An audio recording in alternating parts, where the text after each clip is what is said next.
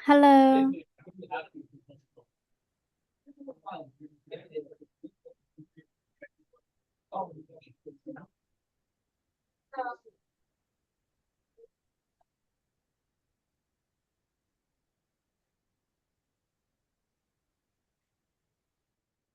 Second, Yep. hold on one second. Hold on one second. Let me get my headset things. There we go.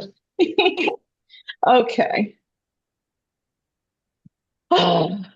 Giovanna, I'm assuming that you sent me the stuff like you always do. Yes, I Okay. sent you the video. Holy mother of pearl. Let me just get this out. And did it run 10 minutes? So last weekend was 11 minutes. It's okay. gonna So roll 4 times. I'll probably at the third time I'll stop it Okay. because it's just when we start this late, it's hard. Camden, can you go into Discord and tell them to get out? Just kidding. Um, you know, just tell them it's starting now. Okay. As long as I can share my screen. Oh, I hear myself speaking double. Share sound, share. Oh, shoot. Did I do it right? Reclaim host. Make Camden a co-host. Co-host. Confirm. Okay. Now I have to kind of figure out how to get down. Can you guys see? Like, how am I I think supposed you to? have to play the video first. Welcome to the Just Serve Insurance Yes, Solutions and then there's weekly team the meeting. Can you? We're square excited to corner. have Christina Maggio Yeah. join us.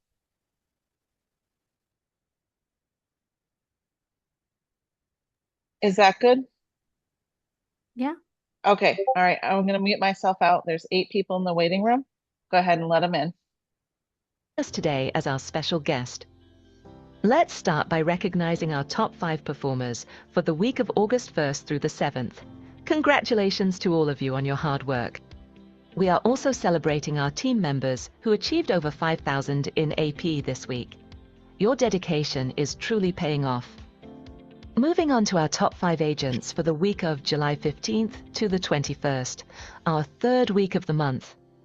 Great job to everyone on this list. For the fourth week of the month, from July 22nd to the 28th, here are our top 5 agents.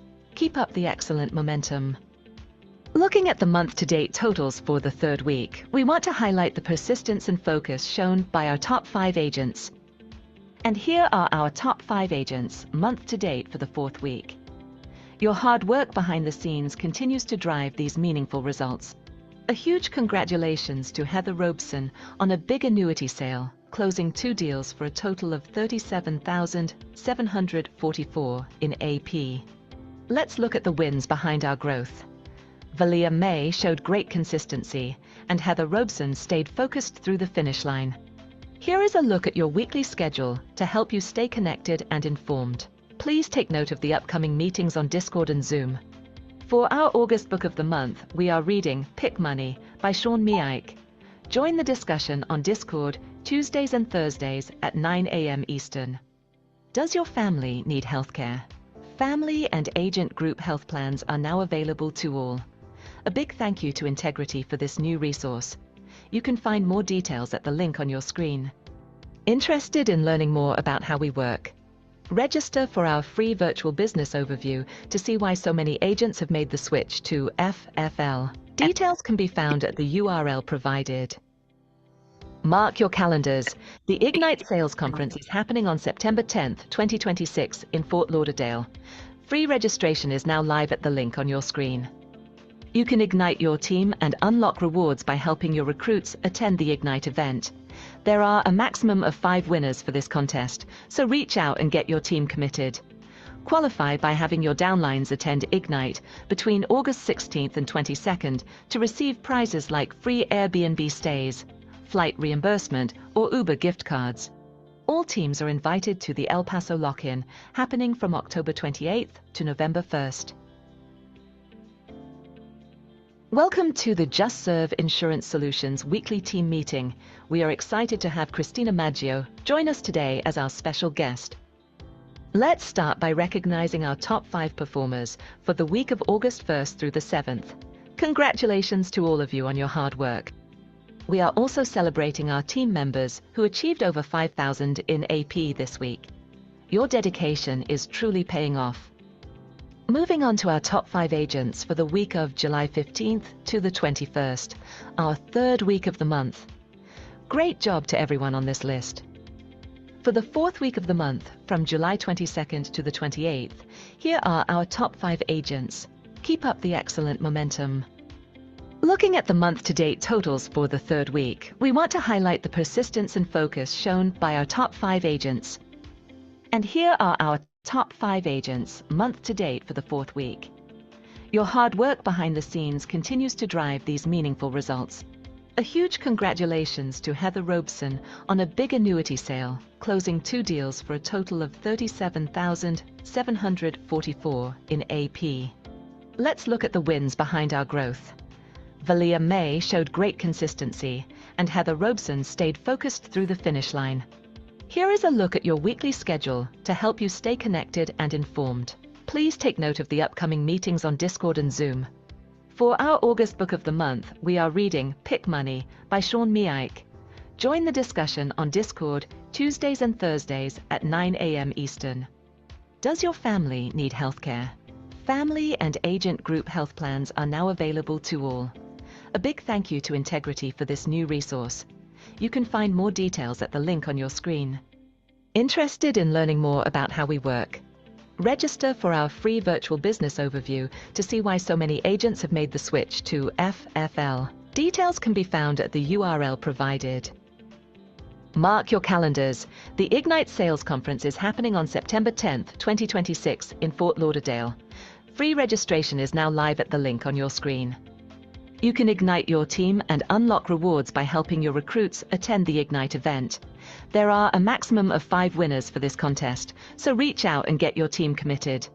Qualify by having your downlines attend Ignite between August 16th and 22nd to receive prizes like free Airbnb stays, flight reimbursement, or Uber gift cards.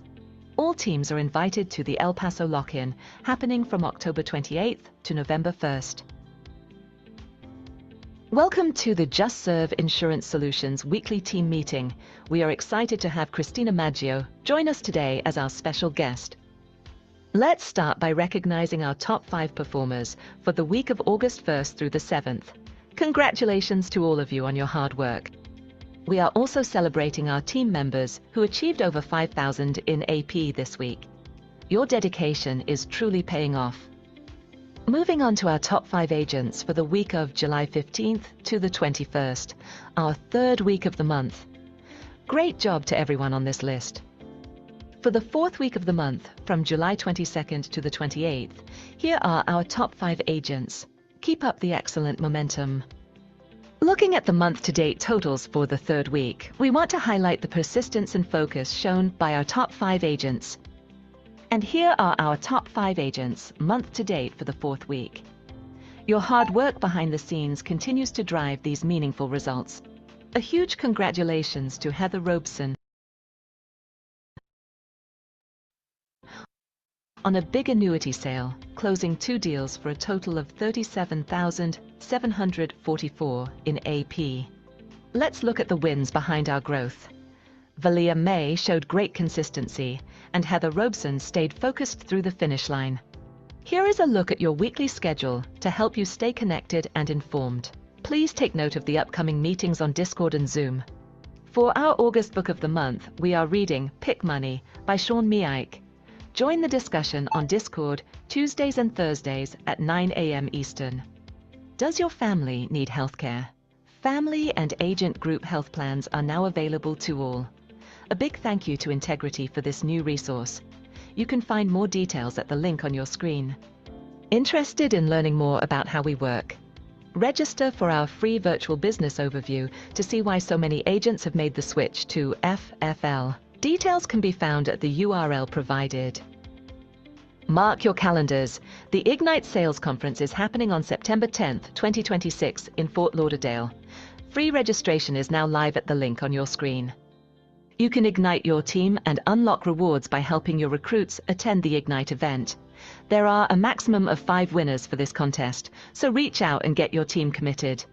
Qualify by having your downlines attend Ignite between August 16th and 22nd to receive prizes like free Airbnb stays, flight reimbursement, or Uber gift cards. All teams are invited to the El Paso Lock-In, happening from October 28th to November 1st.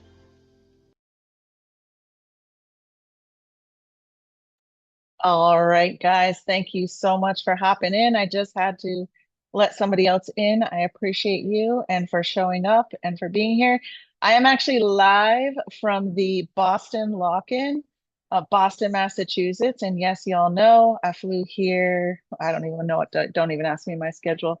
Um, Flew here just to see this amazing crew of Solidity, which don't forget, not that you will, but don't forget we do have the Solidity call in an hour after our call, like every week.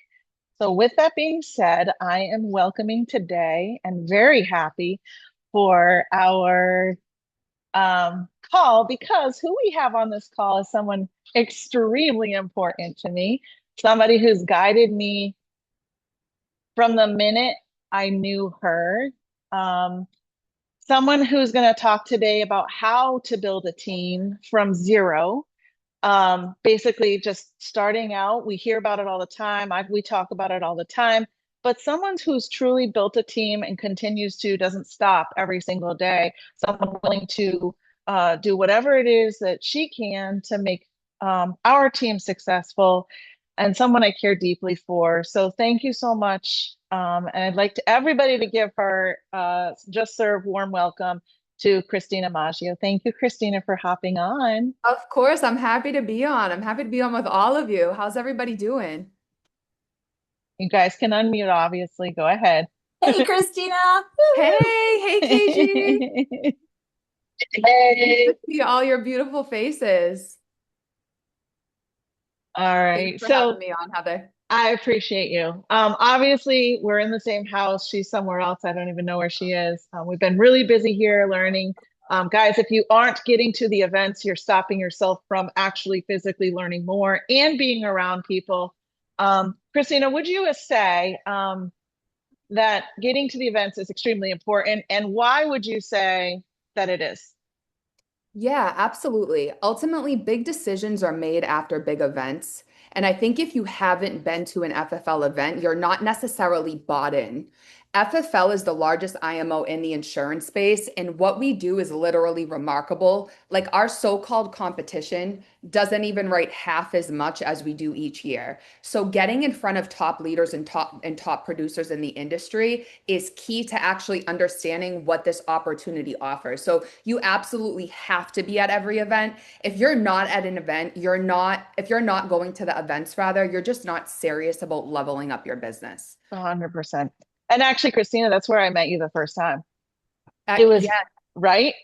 So, Yeah. and guys, so if you're not meeting people, if you're not out of these events, you're not getting around the people, it's wonderful. I'm not going to lie. Driving to this event today in a 30-minute traffic jam, I was like, oh, hell no. I'm so glad that I'm remote. But it was so worth it because Devin from NLG is here, Christina, Marisa, Rami, America was here yesterday. So guys, you have to get to these events. It's so critical. So Christina, we're going to talk today a lot about growing because you know that that's like our main goal, because I understand now the importance of it 4.5 years later.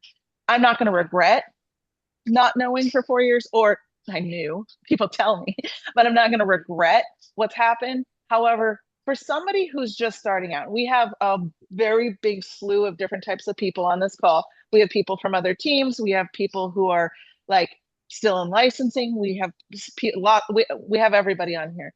When you first started to decide to build a team, if that was a decision that you made, what was it that made you decide how or what to do? And what is the best practice to start if you're very early in your building? Absolutely. So, what actually attracted me to this industry was not only that we could help people, but also that we could build a business. So, I understood from day one that my goal wasn't to sell insurance for the rest of my life.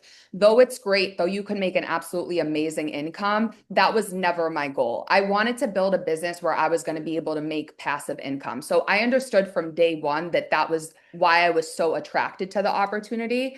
I think a lot of times new agents, they wait to build because they haven't necessarily mastered the skill set yet. And the best thing about FFL is that it's so systematic, especially with Heather, like her systems are so in tune. If you start hiring from day one, it's actually better because you're not expected to know all the answers. You have people like Heather that can help every new agent that's coming in and lead them through the system the same way that you were led through the system. So it's absolutely never too early to start building. And to be quite transparent, if I didn't start building an agency from day one, there's no way I'd be in this business still. But building a business holds you accountable. It makes you show up on the days that you don't want to show up. So I think absolutely everybody should build a business. Even if you don't want to have this massive organization, hiring a couple of people you know and seeing their lives transform because of this opportunity is going to hold you more accountable and really make you realize what this opportunity has to offer.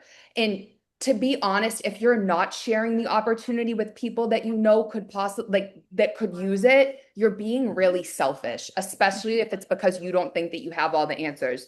You might hire your friends John and Jack, and you may not necessarily be killing it, but John and Jack might. Just because you're not where you want to be in the business doesn't mean you shouldn't be sharing the opportunity with people. And it's never too early. Even if you're not licensed yet, you should be sharing this opportunity with people, just because it's going to hold you more accountable and ultimately make you grow as a person and as a producer and as a leader.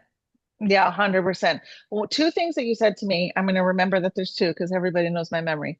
The first thing you said to us was your goal wasn't to sell insurance. You wanted to make a business that makes passive income. One thing I think people don't understand is that concept.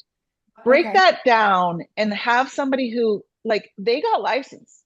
So your whole idea is, okay, I got licensed, I need to sell insurance. Mhm. What's the mindset of that, and break that down as to what passive income even means?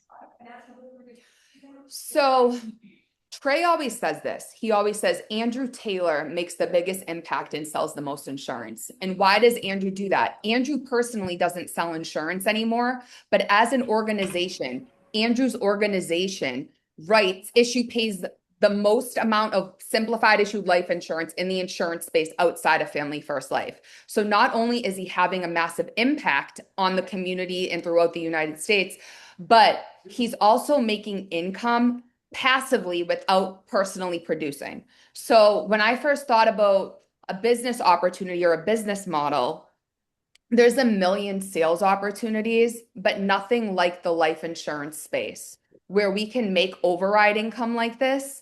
And Heather, I'm sorry, I'm kind of going off track. Are you essentially asking me to explain like how we make override income? Yeah, like explain what it is, because I can tell you as a new agent, I didn't even know what the heck that meant. Okay, all right, okay. Yeah. Thank you for clarifying that. Okay, so guys, if I come into the business and just for simplicity reasons, I'm gonna say I'm at 100% commission level. And I hire my friends John and Jack, and they're at an 80% because that's the starting commission level for Family First Life. Every time my friends John and Jack, I think that's the names I use, sell a policy, I'm gonna make a 20-point spread. So ultimately, you can be a top producer, but typically, if you're a top producer, you're spending a lot of money on leads. When you start building a business, your profit margins look a lot different because you're making override income with having less business expenses. So essentially, you're making override on anyone that you bring into this business. And as a new agent, we don't expect you to necessarily train them. And not only are you making override on anyone that you bring into the business, but then you're making override income on anybody that they bring into the business as well. Does Yeah, that kind of answer your question, it Heather? does. And what I love about Family Everybody. First Life is that it doesn't mean they're not making money. They're making a massive 100%. amount of money, right? Yeah. and you're helping somebody, like she said, you're not being selfish anymore because you're helping them to help their families. All the while, because you're helping them, you're getting a little bit of a little chump change off of that. And 100%. to that point, we talked about last night with Trey, where if something were to happen to you, right, and you're just writing your own business, or you don't have a big team, let's talk about big in a couple minutes. But if you don't have that, you now just lost your income. Right. Guys, You're so you don't right. freaking know what's going to happen tomorrow. You Mhm. don't. And so if you don't have a team behind you, you're going to have a couple options. One, go to disability and get disability, and that takes months. Or two, find a sugar mama, sugar daddy, and have them pay your bills, right? So would you rather do that or talk to your friends, your family, your neighbors, your social media, whoever it is, have them talk to theirs, and then have people also making money, changing their lives, and like Christina said, you know, getting a passive income off that. I appreciate that because actually that was a concept I did not understand for a long time. I hope that Okay. helped everybody. Yeah, absolutely. And Heather, what you said is huge. Like the way that Sean framed Family First Life is that the producer that's doing the legwork is going to get paid the most. So we don't have abusive spread on people either. Like you look at some of these other opportunities in the industry, and sometimes the upline's making more money than the actual agent is. So there's no abusive spread here or anything. Whoever's doing the legwork is ultimately going to make the most amount of money too. And Heather, to your another great point that you just made is if you are only personally producing, you are self-employed. You're not necessarily a business owner. Once you start actually building an organization and you're making passive income, that's when you become a business owner. Just like Heather said, and at that point, it's not so stressful when you're sick. It's not so stressful when you want to take a vacation because you know you're going to have that override income coming in. Or even when you're having a bad day, it's like everybody doesn't have a bad day on the same day. That's why Discord, Slack, all that stuff is so important because it's like you can be losing momentum and you could be having the worst day in the life insurance industry ever. But everyone on the team isn't going to have a bad day on the same day. And it just helps build your momentum and instill belief in you. Yeah. And the second thing I wanted to point out that you said, because I think this is a thing mentality wise. Um, Even if you don't want to build a massive organization, that was a word that you used. One of the things that people get scared about in recruiting is that, like, I've got to teach everybody everything. I don't know squat. I barely just got my license. And then they think to themselves, massive organization, Andrew Taylor, right? Guys, we're part of Andrew Taylor's team. Mm-hmm. There's a spread that he gets on us. That's what makes his number be massive, $46 million. That's crazy in 1 month. Right. But it's not crazy, guys. It can just be you simply because you're going to do what he did, which was just build. And so the massive is a large word and it's scary. Most people don't think they want a massive. I don't want a massive word. It's too much for me to manage. Do you think Andrew Taylor manages you? Right. No, he doesn't. He'll get to know you though, right? Christina, isn't it nice that I could literally text Andrew Taylor, makes $46 million a month, and say, I wouldn't do it, but I could be like, hey dude, how are you? Right? And he'd be like, what up? I'd be like, I don't know, I'm just texting you to say hi. I would never do that to Andrew because I know he's busy as hell, but you could. And that's what I love about Family First Life. So if somebody has the fear of that massive organization, how can you kind of tell them it doesn't start that way and explain what it would look like to get to that or what it's going to look like? I think that the biggest thing when you're bringing on agents is instilling self-belief in them and not micromanaging them. Because once you stop micromanaging agents that are joining your organization or partnering with you, at that point, you're becoming the magic. And I think that's what Trey, Andrew, Sean all did a great job of. The system was the magic. They were never the magic.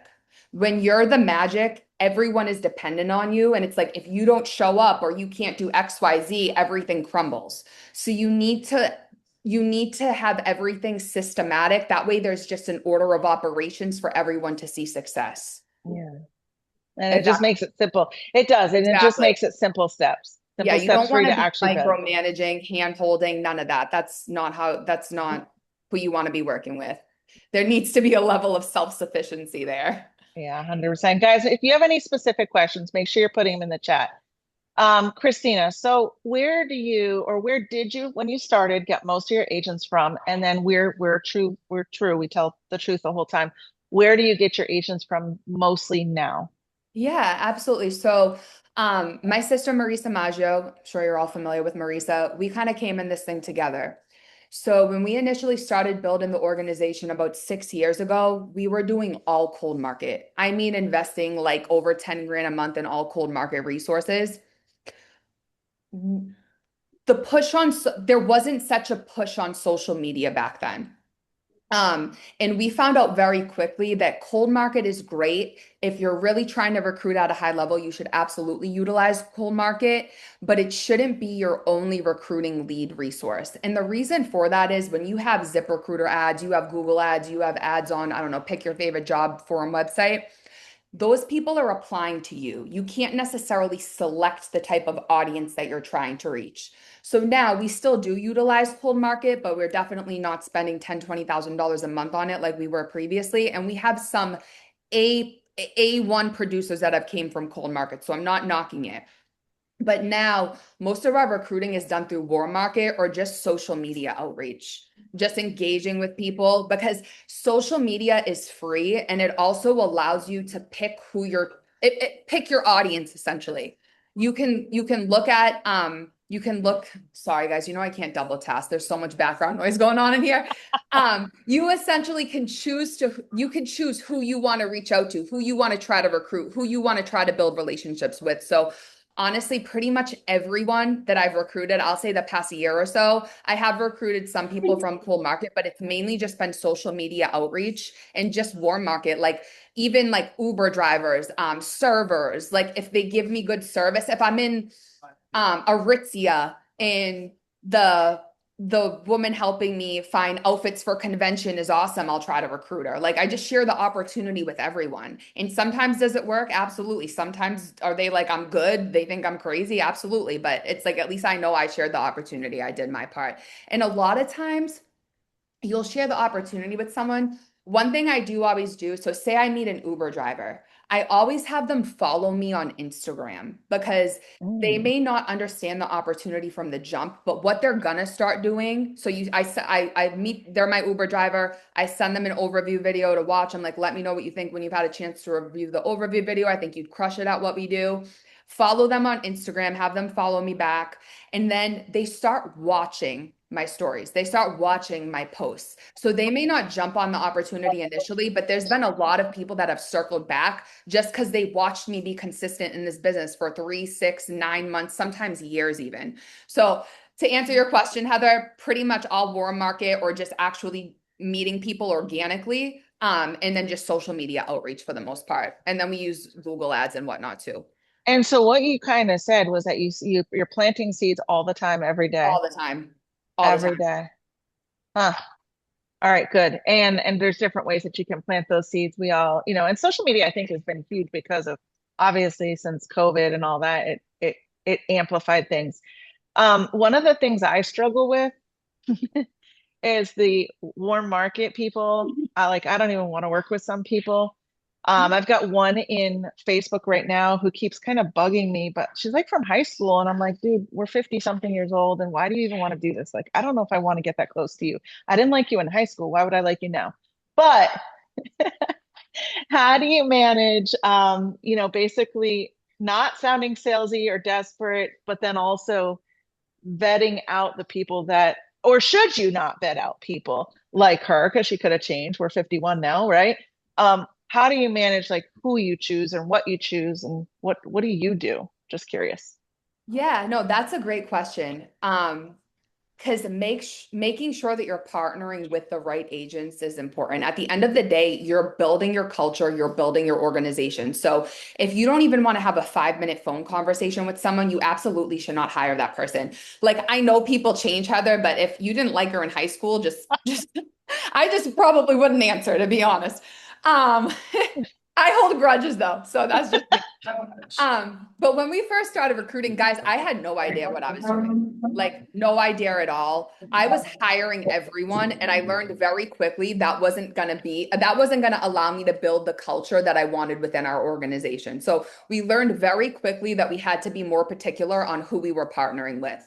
So if it is someone from social media, for example, or even warm market, but I'm not necessarily sure if I'd want to work with them, I'll give them a step to do just to gauge their seriousness.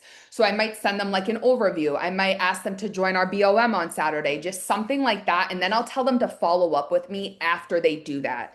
And then once they do that, say I'm talking to the person on Instagram Messenger, I'll be like, hey, this is my phone number. Send me a text message so we can set up a time for a quick call. Right? If they text me, okay. But I'm not going to get on the phone with anybody that can't even watch a short video or can't even join the BOM or can't do XYZ, whatever stuff, because they're going to waste my time. And I don't care if you have absolutely nothing going on and you haven't even written a policy yet. You need to learn that time is money and you need to respect your own time. So just give whoever you're possibly, whoever you're sharing the opportunity with, give them some sort of step and then have them follow up with you after they've completed that step, just so you can kind of gauge their seriousness. Because if someone's serious about starting a new career or joining a different IMO or whatever it may be, they're gonna be willing to watch a 10-15 minute quick overview video, like the VBO video from Trey. I'm sure Heather shared all of that with all of you. Just something like that, and then kind of go from there. And then the conversation is super simple. My recruiting calls when I first started, they used to be like 20-30 minutes, and it was me trying to sell them on why they should work with us, right? As opposed to them trying to convince me why I think we should partner with them. Now my recruiting calls are 10, maybe 15 minutes. And honestly, the first thing I say to every single person I get on the phone, whether I know them in real life, I know them from high school, I met them on Instagram, whatever it may be, is, hey, how are you? Or how's your day going? And if they say anything less than like amazing, like I could literally call Heather and she could have just gotten her foot run over by a bus, and I'd be like, hey, Heather, how you doing? She'd be like, great. What's up?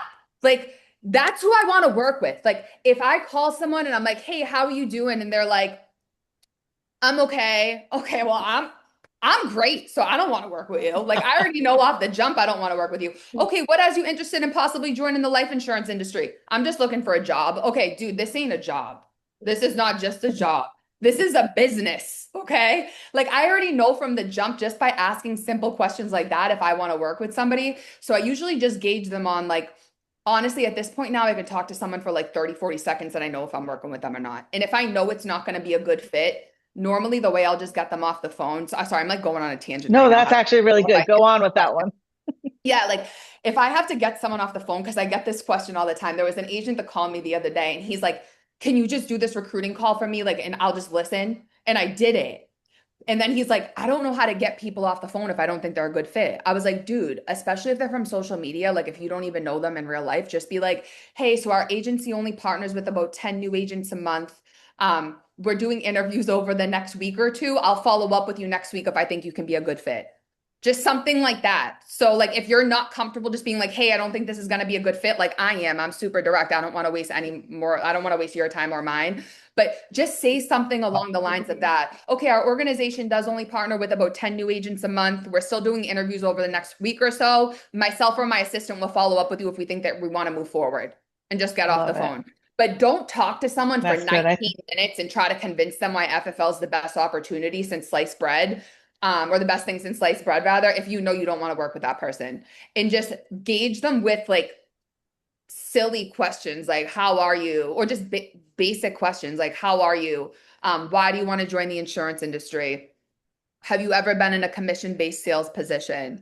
3 expectations we set for every new agent, and I say this on every call I do, are 20 hours a week. If you can't do this at least 20 hours a week, this isn't going to work for you. It's not going to be a good fit on either end. We partner with agents full-time. We partner with agents part-time. We don't partner with agents sometimes. So I need you to be able to allocate at least 20 hours a week to income producing activities, or we're wasting both of our times. The next thing is leads. This is a lead-based system. Leads are the backbone of what we do here. Whether you're part-time or full-time, you're going to be purchasing new leads each week. If you're doing inbounds, like I think most of you are doing, you're going to be purchasing leads each day. So you can't come into this business dead broke. You have to be able to, I don't care if you have to find the money. I don't care if you have to put it on a credit card, but they have to have some level of belief in themselves that they're willing to invest in themselves and willing to invest in their business and purchase leads. And then the last thing is Zoom. We use Zoom. I know you all use Discord, but you have to be willing to plug into our virtual office. If you're not willing to plug into the virtual office, we're not going to be able to help you. Like, it drives me crazy when I bring on a new agent. We set these expectations, we do the onboarding calls, whatever it may be. And then they're telling me they're dialing and they're not on Zoom. I'm like, dude, you're going to get put on as earned. You need to be plugged into the Zoom dial room. Like, you're now becoming a liability to my business. You're a brand new agent. You never sold life insurance and you're telling me you're about to sell an Americal policy. I'm confused. Get on Zoom. Like, you know what I mean? I might have just went down a rabbit hole. I didn't mean to freak anybody out. No, that's huge. People don't understand what a liability you Yeah. are. This is your own Yeah. business, and we have to protect them too. We have to protect our 100%. agents who are bringing people on too. So if we don't set these 100%. expectations of, yeah, if you're not coming on Discord to dial and you're writing all kinds of crazy business, I'm like, what the frick did you Yeah. just write Corebridge for when you could have Very written this? Like, it's because you didn't ask. It's because you thought you knew everything, and now you're actually a liability because you're going to have a roll-up debt to me eventually, and I'm not going to have that, and I'm not going to have it for my agents either. Like, I'm going to protect you too if you follow 100%. things and follow the system. So I'm really happy you just said that. Some agents Yeah. probably aren't, but tough to Hootie because they just won't show up, which is normal. So, next question. I'm going to ask, there's a couple questions in the chat. One of them is how many agents do you currently have under you? But I'm going to emphasize a little bit more. How did it start? It started with just you. How did you start to hire agents? And then team wise, how did it look like it grew? And what are you hiring like monthly, do you think? So when I first got started, it was just me. And it's funny because I was thinking about this yesterday and it was me and Marisa, it looked different because we were building the organization together. Like, we were Solidity, we were one, right? Mhm. And then eventually it came to a point where I was like, okay, I need to kind of branch off and have my own agency. So now I've had my own agency. It's been almost 3 years. Really? Yeah. I Yeah. didn't realize that. Yeah, it's been about 3 years since Okay. I've had, like, we've ultimately separated. I became a sub agent. Gotcha. You have epiphany. Yep, exactly.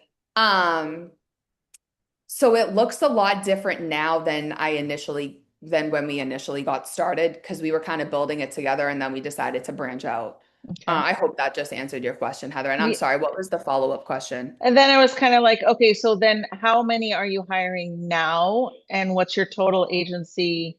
I mean, if people are on the calls, they'll see what your agency IP is, but what does it look like agent number wise? Consistent. So usually there's about 40 writers every month. Okay. So yeah, about 40 writers every month. If you're not hiring yet, I think sometimes it can be a bit daunting to be like, oh, I need to put 10 people in class and 10 licensed agents a week. So what Trey always taught me was just share the opportunity with 2 people every day. So You even said that last night, so you're not lying. That's like, if you're at square one and you don't have any agents direct to you, the best thing you can start doing is just sharing the opportunity. Don't be like, I have to put 10 people in class and I have to hire 10 licensed agents. Just hold on. Let's just start sharing the opportunity and go from there. So I think sharing the opportunity with 2 people a day, and that can be people that you meet organically, that can be friends from high school, that can be your mom, that can be 2 people that you reached out to on social media. I think that's the best place to start, is just sharing the opportunity with 2 people a day. And on the sales side, it's like instant gratification. So I write a policy on Heather. She gets approved instantly. She pays her initial premium initially. She pays her initial premium immediately. And then I have the deposit in my bank account in like 2 to 3 business days. With recruiting, it's not like that. So you can't gauge it like, oh, I've been doing this for 2 weeks, it's not working, or I've been doing this for 30 or 45 days and it's not working. It's like a slow drip. It's a delayed gratification. So you need to be consistently recruiting, and kind of like what I was alluding to earlier, people are gonna start watching you, especially after you've introduced the opportunity to them. So I might send the VBO out to 5 people today, and they may not all jump on the opportunity. Some of them may not even watch it till next week. Some of them may not even get back to me for 3 weeks, right? But what they're gonna start doing if they follow me on social media and I'm consistently posting, and if you're not consistently posting on your pages, you need to be consistently posting on your stories. Because to be honest, everyone, I feel like this personally, my stories get more views than like my feed does. But where I was going with that is they're gonna start watching you on social media. So right now may not be the time that this opportunity makes sense to them. But if they lose their job in 3 months, maybe they had a baby, I don't know, whatever. They're in a different stage in like 3, 6, 9, maybe even 2 years from now. Them seeing you consistently post about the opportunity, they're gonna circle back to you. Not everyone, but they're more likely to circle back to you if you're introducing the opportunity to them and then you're consistently posting about how you're still doing this thing and how it's still working for you. And you might be like, hey, I'm not even licensed. Hey, I haven't even written a policy yet. Share other people's success. Like Heather has 900 graphics go out a day. Share some of them on your story. And honestly, I always, always, always say this. If you are selling, start sharing your commission statements. Like that is literally the best thing you can do. Americo sends one every morning. I don't care if Tiffany uses Brooke's commission statement. Like share each other's commission statements. Like just post the commission statements, guys, because like money talks. Like we can sit here and be like, oh, I wrote $22,000 last week. Okay, what did you actually get deposited? I think Right. those are one of the biggest recruiting tools that are really underutilized, because if you're not in the business, it's like you can post about AP and it's like a lot of people don't even know what that means. You know what I'm saying? Right. Whereas if you have an Americo commission statement on your story, that's very black and white. I hope I just answered your question. I just kind of Yeah, went no, that was down a good. That rabbit was hole. perfect. Perfect. I appreciate that. And just the act of sharing other people's stuff is important. Mhm. And you guys on Slack, everybody on this team is on Slack as well. And if you're not, that's on you because we've given you that information. You should be on Slack. And if you're not, reach out to me or Brooke because we'll be able to help you. But for those who post on Slack, you're going to see there's also graphics there that you can share. Guys, we know we should be sharing. I say it all the time. Share everybody's on Discord. We have a whole graphics section. It's the same thing. Take that stuff and share it because that you don't even have to hire anybody. For God's sakes, Giovanna does my graphics for me. She makes great ones. Use them, right? Like they're there for you, right? And use them, share them, and then on Slack, share those things. And commission statements are awesome, but so are your bank deposits. We ask all the time, share your bank deposits, share your bank 100%. deposits. Those Yeah, are the best because those are real. You can't make those up. Like right. it's literally, you don't have to share your account information and crap like that, but just the amount who paid you. And somebody will be like, whoa, you just got $700 today from 3 different companies? Yeah, I did. And it took you less than an hour to get that, and if it's not yours, share somebody else's. So I like that. The next question that's in there, I'm a little confused about, but I'm going to sum it up into what I think it is. And I'm going to tell you what we do and tell me if you do it any differently, which is fine. We hire people, and if they're licensed and coming in licensed, we start them at 100% comp. That's just what we do. Okay. If they're unlicensed, we start them at 80%. If they're licensed and they're bringing on a team, we might start them a little higher depending on how long they've been in the business. Do you guys have a formula for that, or would that kind of follow with what you guys do with Solidity and Epiphany? I think that as an organization, you have the flexibility to Change you it. have the flexibility, yes, to start new agents at different commission levels. One thing I will say, and I hope Heather doesn't get mad at me for saying this. First of all, I won't get mad. When we when we first partnered with FFL, obviously we had the top compensation in the industry, but it wasn't abnormal to be started at a really high comp level. I mean, like a stupid high comp level, even if you've never sold insurance or even if you didn't sell insurance at a high level. So a few years ago, we realized the FFL as a company, we realized like hey, like we've actually kind of shot ourselves in the foot from a profitability standpoint, and there's a lot of entitlement going on. Like Mhm. there's a lot of agents that didn't actually earn their comp that want even higher comp that haven't even like from a comp grid standpoint earned their comp. We're being less profitable. Now we're dealing with entitled agents and they want even higher comp. So the whole company kind of took a reset. Heather, you probably remember this because you I were here. do. I was part of Yeah. that. Yeah. Yep, the whole company kind of took a reset.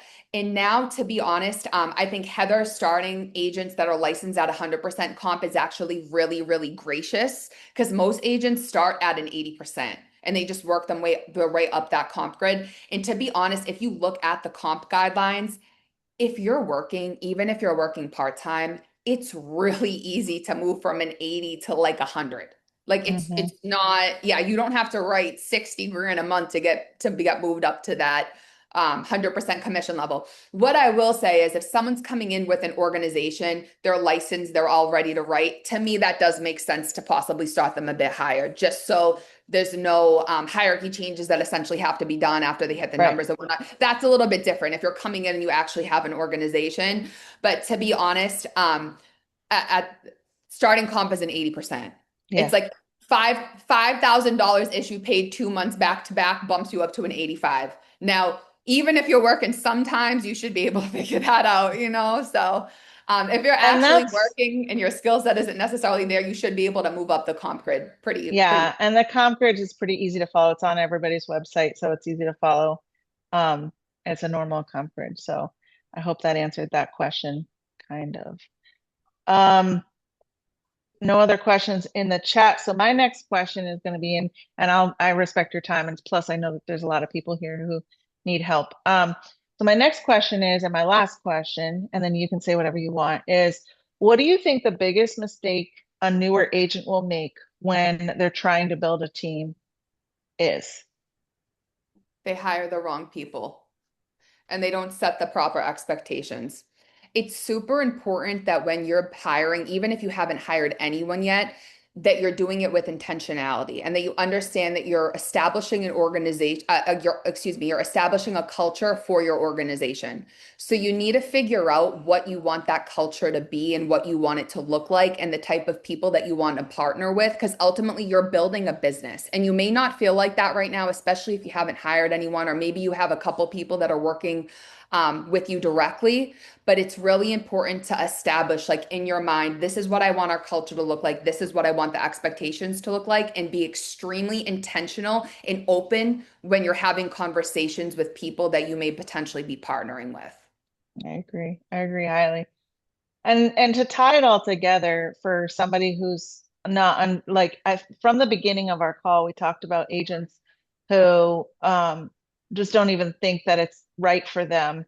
But keep in mind, guys, that what she's talked about, what Christina's talked about the whole time, and what you hear often is you can't wait.